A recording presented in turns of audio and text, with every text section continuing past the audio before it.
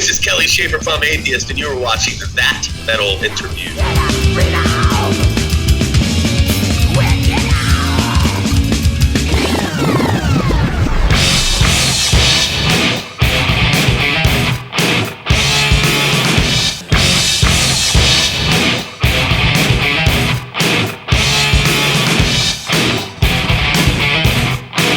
That Metal Interview.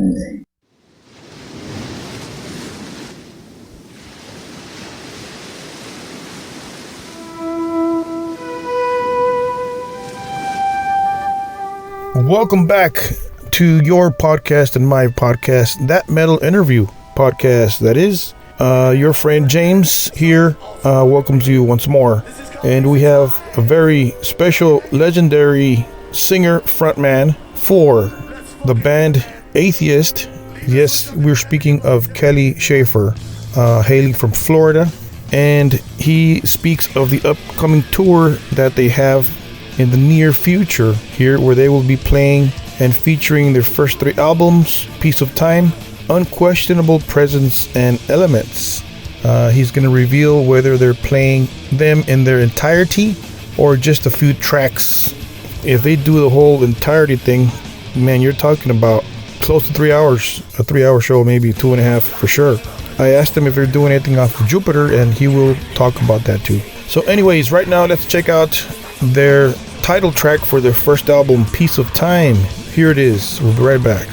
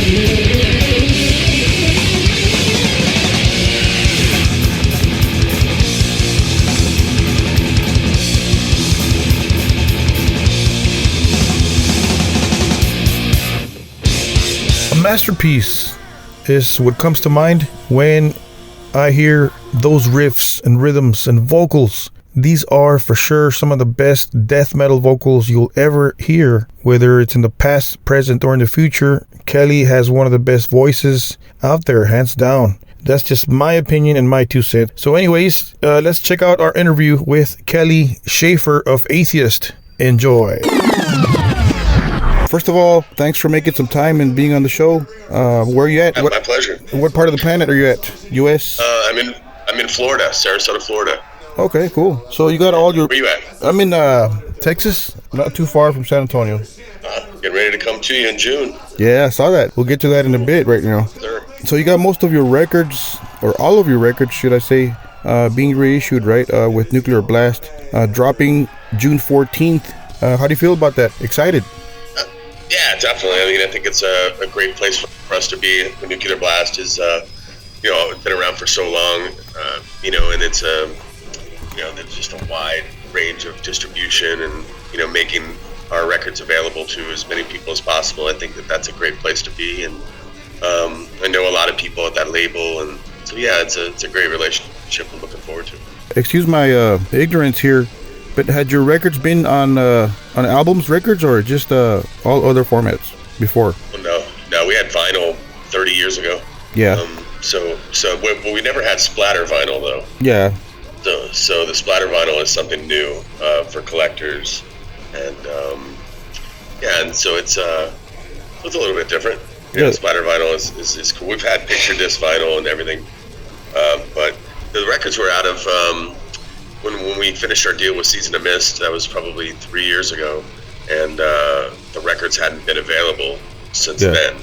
So that's why it's nice to get them back on the shelves again and back streaming and so we did a little different artwork this time on these albums on the inside of the CD booklet, as well as the albums themselves, some different colors and stuff. So they're different than anything that's been out before.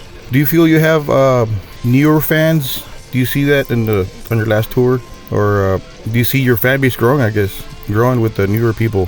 100%. Right. Yeah. Most times we're playing, songs that are, older than the people that are, sort of in the crowd. So, it's that's one of the cool things about Atheist is that it's been rather timeless, reaching young people that were there back in the day. And so, yeah, we did a tour with Cattle Decapitation in 2019, just before COVID. And obviously they had a very sort of young metal crowd, and we killed it, man. It was a lot of fun, and picked up a lot of new younger fans, and it seems to be growing every time we go out on the road. So that's nice. Very cool, huh? So yeah, definitely. It doesn't hurt to see older fans like us still there supporting. So no, absolutely, man. Yeah, listen, all fans of all ages and sizes, man. We're just happy to play. It's just it's a blessing to be able to play this music, 3 decades later, and still have it be relevant and have it matter to people. I first heard of Atheist when I was a kid in high school, about '89. I bought the Sepultura Beneath the Remains, and I saw your name in there and the name of the band, and Stronger Than Hate. Is that correct? Yep. Yes, it is. You were involved with that song. And that's when I first it turned me on to Atheist. So can you tell me a little bit about that? How'd you get involved with Sepultura there? So Scott Burns was our producer, and back then he was, as you probably know from being back then, he was sort of the Johnny on the spot producer of all the classic death metal records. And he was in More Sound. He had just come back from Brazil with Sepultura recording their record, and then they were going to mix in Tampa. And so he was like, yeah, you should, could you write, a couple of songs with the lyrics for Max? He was still working on his English at that point. Yeah. And so, Scott had the idea of just having me write a couple songs. So that's how it came to be. And then once Max was into it, I went up to Tampa and worked with him on the song, just to help him pronounce some of the words. And and then we ended up doing gang vocals, me and John Tardy. On the song as well. So that was it was cool. And at the time it was just none of us were where we are now in our careers. So it was just a bunch of metal dudes just having fun and collabing. It was awesome. So Focus and Presence tour, you guys are kicking off in Dallas, Texas, June 11th. No, Austin. Austin, I'm sorry, my bad. Texas. Yeah, the 10th. I got the Texas part right. Yeah. So did you starting in Austin on the 10th, and that's going to be a really unique evening of music for anybody that's followed our two bands for the last 3 decades. We got 90-minute sets each. Wow. So we're playing a lot of stuff, and some stuff for us we have never played on stage before. So really, really looking forward to that. And we've been old friends forever. So it just made perfect sense to finally get this done. Yeah, those were. And cool that it fell. Me and Paul go way, way back, and it's just interesting that we both sort of had these 30th anniversary things sort of land at similar times. Our third album, Elements, it turned 30 this year. Yeah. We missed out on Piece of Time and Unquestionable Presence because of COVID.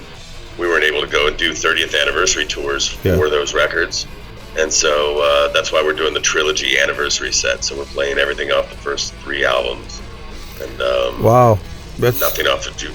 Yeah, we're just gonna focus on that, and then they're gonna obviously do their 30th anniversary of Focus. So Focus, yeah.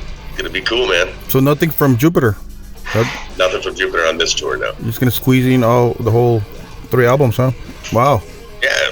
I mean, most of it, not every single song, but but most of it. Yeah, it's a juicy set, man. There's lots of good stuff in there. Wow, what a treat for fans, huh? That's cool. Yeah, I hope so, man. I hope so. It's good. It's a treat for us too, So it's just a fun to be able to go out and play. For sure, huh? You just answered one of my questions. Did you already know Paul from Cynic? But you already answered that. Since had you toured with? Yeah. What's that? Had you toured with Cynic before? Had you guys toured together? No, right? No, we never have. We go way, way back. Like, they guys in Cynica, we met. We'd already done Piece of Time, and Unquestionable, I think, was already done. And when we finally met, the Cynic guys, and back then there were really no technical bands around, and it was just nice to see somebody else who appreciated the complexity in metal, and so that's how we sort of carved our friendship. And then I ended up staying with Paul for a couple of months down in Miami when we were younger, and I was just going through a breakup or whatever, and so I went down to Miami and hung out with him, and so they were at Roger's funeral, and our bass player Roger died, and so we've always been really close, but never had a chance to tour together. So this is gonna be special. So how do you feel? You mentioned back then there wasn't that many technical bands out there. How do you feel that there's thousands now?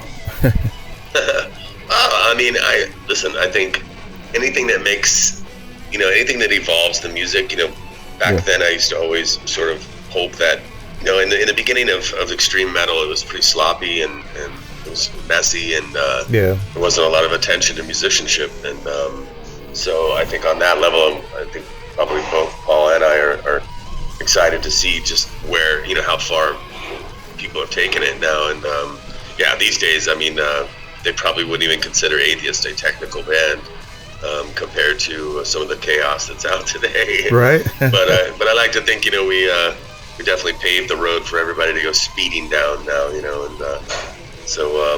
definitely pleased. There's some tremendous talent. I never could have imagined that, people would play at the speeds and the complexity that they play at these days. And, for sure. Right? Makes me proud, man, for sure.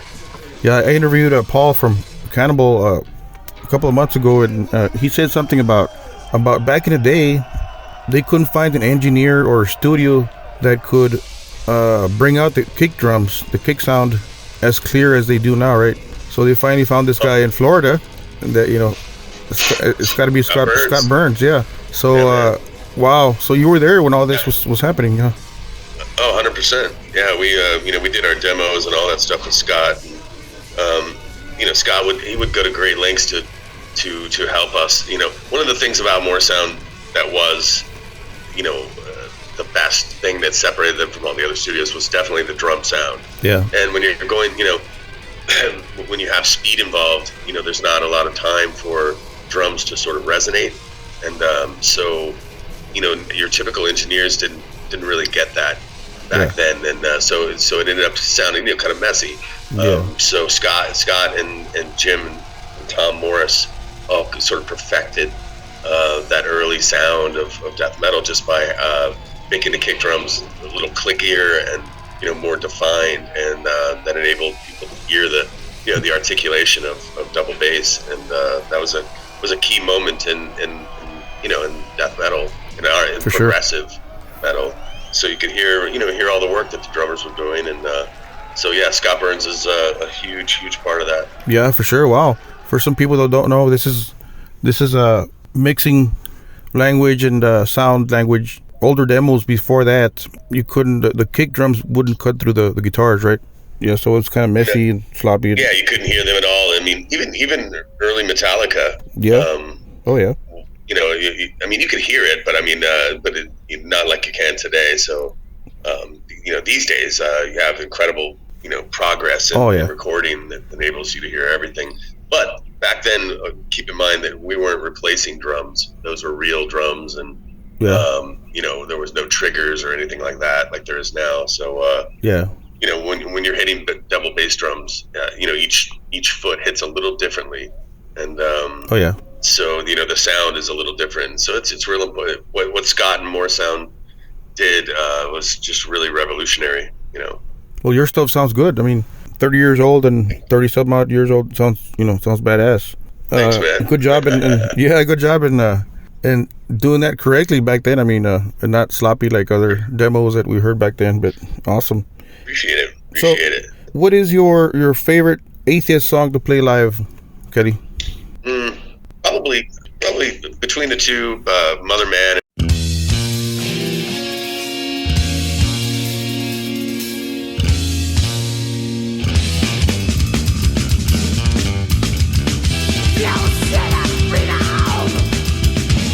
And Piece of Time.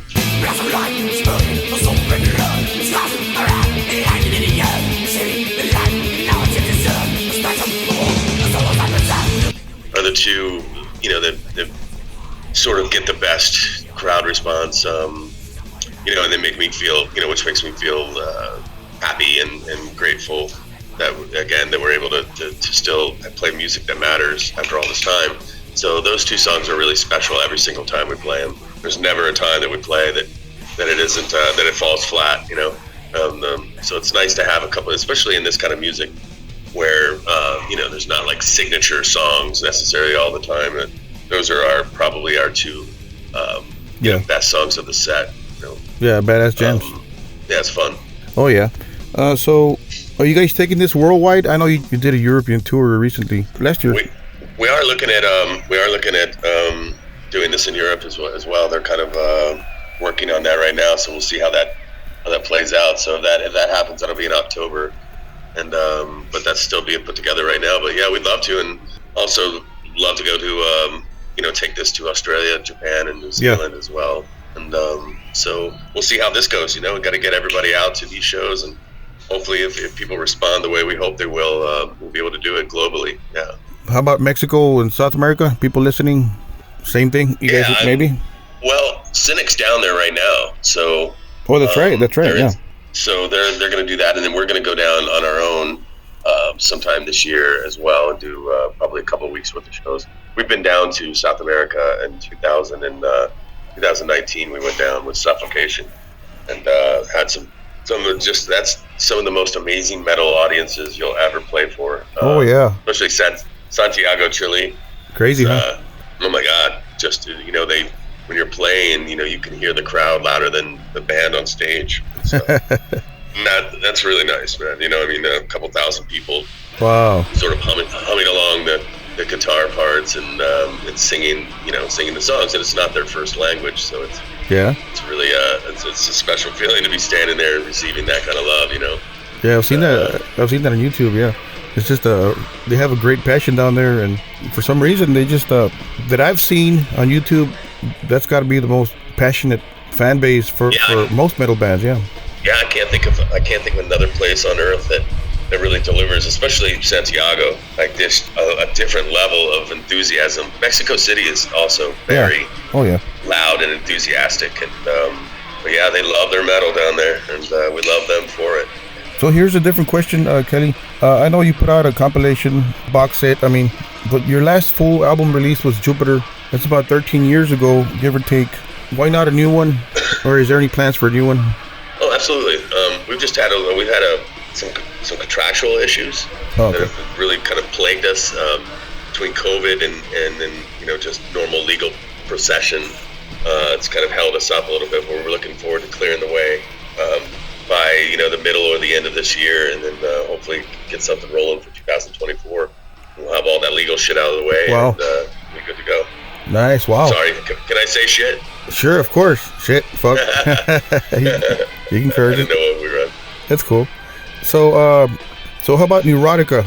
Is that done with? I know there's nothing there for years, but yeah, that's definitely in the past, and it's done for. Proud of it. It was cool. It was a good run. I have a brand new band now that just signed a Nuclear Blast called Till the Dirt, and it's actually produced by Scott Burns. And he sort of came out of retirement after, so to speak, after 25 years. He hasn't produced anything, and during COVID, during the lockdown, I set up a studio in my house, and just being stuck at home for weeks and weeks, I wrote like 20 songs in a 6-week period, and did demos for them and played everything, played the guitar and the bass, and then sort of got back in contact with Scott, and he heard the demos and was really enthusiastic about helping me with it, and so then we pulled in some guests: Steve DiGiorgio, Jeff Loomis, John Longstreth, and some of the guys that were playing with me in Atheist, and to help me play on the album, and so I'm super proud of it. It's probably the most extreme thing I've ever done, and at the same time the most accessible. So it's a kind of a combination of it's a hybrid of styles of my love of sort of stoner rock and stoner metal and extreme metal. So it's a combination of like Seattle meets Sweden, kind of. It's a really weird hybrid, and I'm super happy about it because it's it's honest and it's not contrived in any way, and I was really happy that Nuclear Blast guys were into it as well, and so we did that deal earlier this year, and so that record's going to be coming out I think in July, and so I hope people will check that out. Till the Dirt is the name of the band.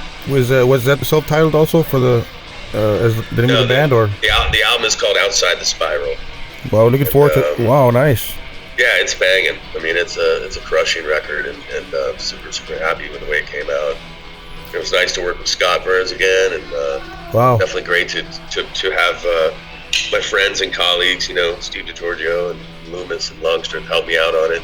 A bunch of monsters, John and it's killer. I can't wait for people to hear it. So how's Scott Burns doing after all these years? Is he still got that ear and all that talent? He's great. Yeah, I mean, the difference this time was he was more of a producer and not an engineer. So on the old records, he kind of wore both hats, more engineer than producer. He was really just capturing, the music that we were all writing, all the bands that he worked with. For this, he really worked with me on, because of the technological aspect of how music is made these days. It's a lot different than the way we made records in the 90s. It's all done sort of digitally, and so that's outside of his world, and so he really just helped me with song arrangements, song choices, performances, helping me get good performances and stuff like that. So that's really kind of what a producer really does, and rather than pushing faders and working on the board. So on that level, it was a different experience. But Scott's great. He has a book coming out as well sometime this year. Oh, wow. It's gonna be really cool. And I just met with him, and David is the author, David Gelke, and it's gonna be. Scott's just an amazing person, and I just can't say enough about it. He's one of my favorite people that I've ever met in metal, and he's just honest to a fault, and can always count on Scott to tell you exactly the truth, and it's really hard to come by these days. Yeah. So I was real happy to be able to work with him on this, and just reconnect as friends as well, and so we talk all the time. Yeah, wow. Great guy. what an honor. I mean, his resume Yeah. speaks for itself. Yeah. Yeah, so important. He has so many of those records that people love that he, helped make, Yeah. would not have been made without him. I mean, he really took, we all have very small budgets, and he took the budgets that we had and used his own time, came into the studio early, left the studio late, and used his own time to help us finish our records. And otherwise we wouldn't have been able to. So, some people, everybody owes a lot to him. Some people might not know who he is. Scott Burns helped the sound of a bunch of death metal bands in Florida. Well, not just Florida bands, but for example, Obituary. You guys, Morbid Angel, Morbid Angel, Pestilence, Death.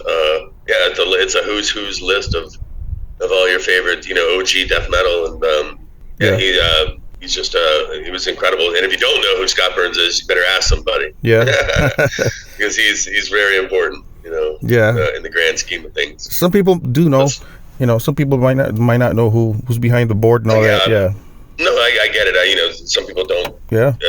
Get involved in the history, but he is definitely a very. If you are a fan of the originating bands that started this movement, you definitely want to look into Scott Burns. So here's a different question, Kelly, before we let you go.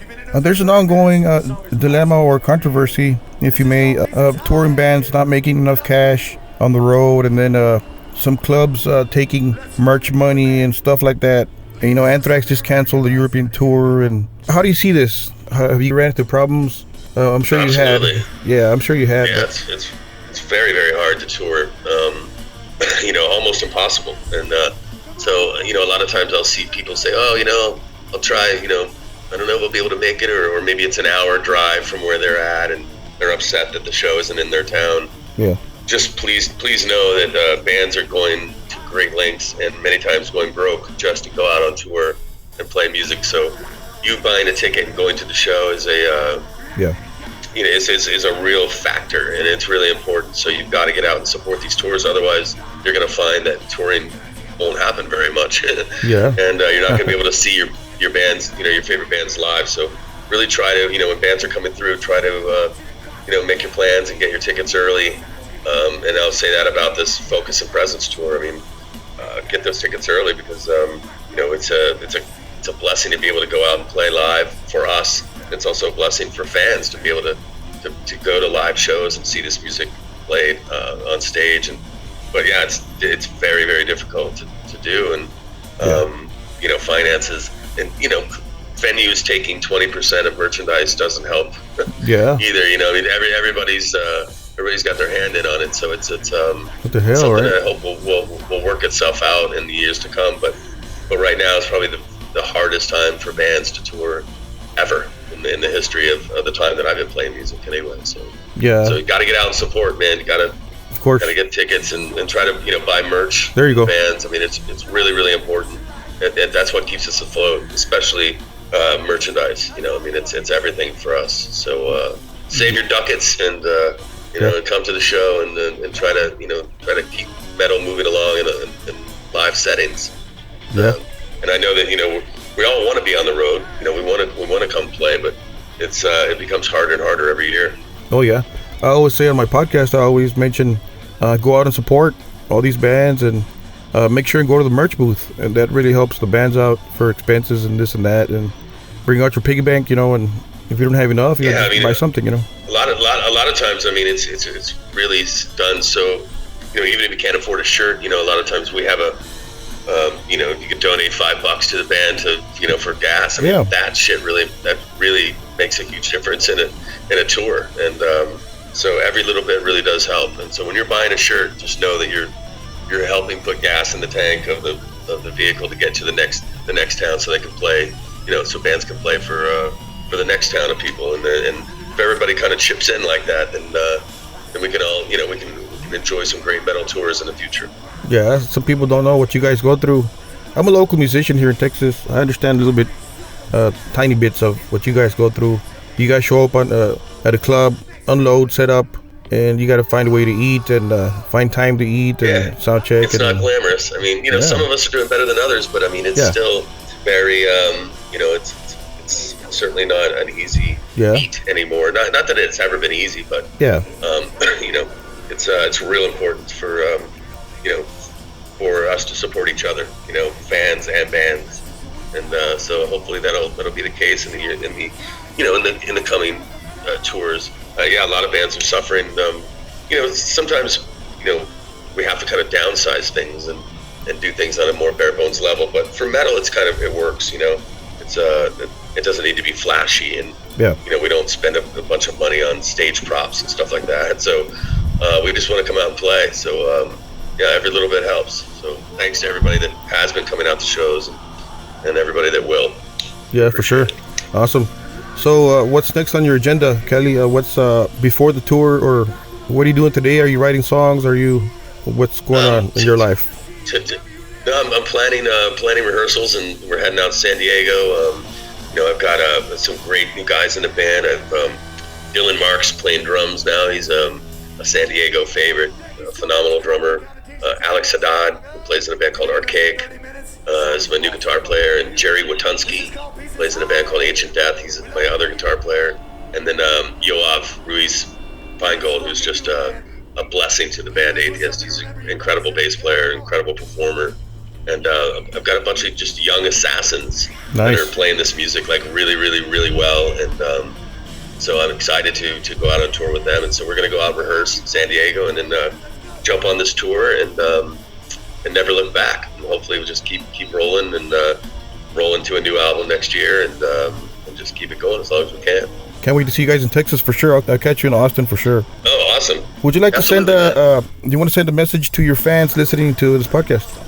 Yeah, listen, thank you for the the decades, and whether you've been listening for 30 minutes or 30 years, we appreciate you very much, and always know that, and we look forward to seeing everybody out on the road. It's going to be fun. Awesome, Kelly. Thank you for your time, and great chatting with you. And my pleasure. Yeah, I'll see you in Austin. I'll see you in Austin for sure. Thank you, Kelly. All right, brother. Thanks again, man. Appreciate it. Go out and support Atheist on their tour with Cynic, which kicks off in Austin, Texas on June 10th and goes through the U.S. through July, the first week of July, give or take, as they wind up in Greensboro, North Carolina. And he speaks of their future gigs and tours, of course, if you guys paid attention and listened to the episode. The Focus and Presence Tour 2023, Pull the Plug Patches presents special 30th anniversary sets right there for you guys, Cynic and Atheist. So go out and support the bands, Atheist, and thank you, Kelly, for making time and chatting about the band's present and future status, and of course of the past. And your appreciation for fans is very noted here, and it's very much appreciated. And thank you for the great talent and the stories, man. And you guys heard his new project coming up, so check it out. Anyways, don't forget to keep it metal.